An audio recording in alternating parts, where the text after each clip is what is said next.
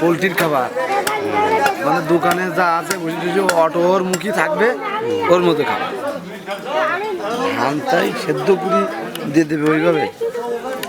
আর লোকের গরু কুড়ুতাই একটু পানি দে সেভাবে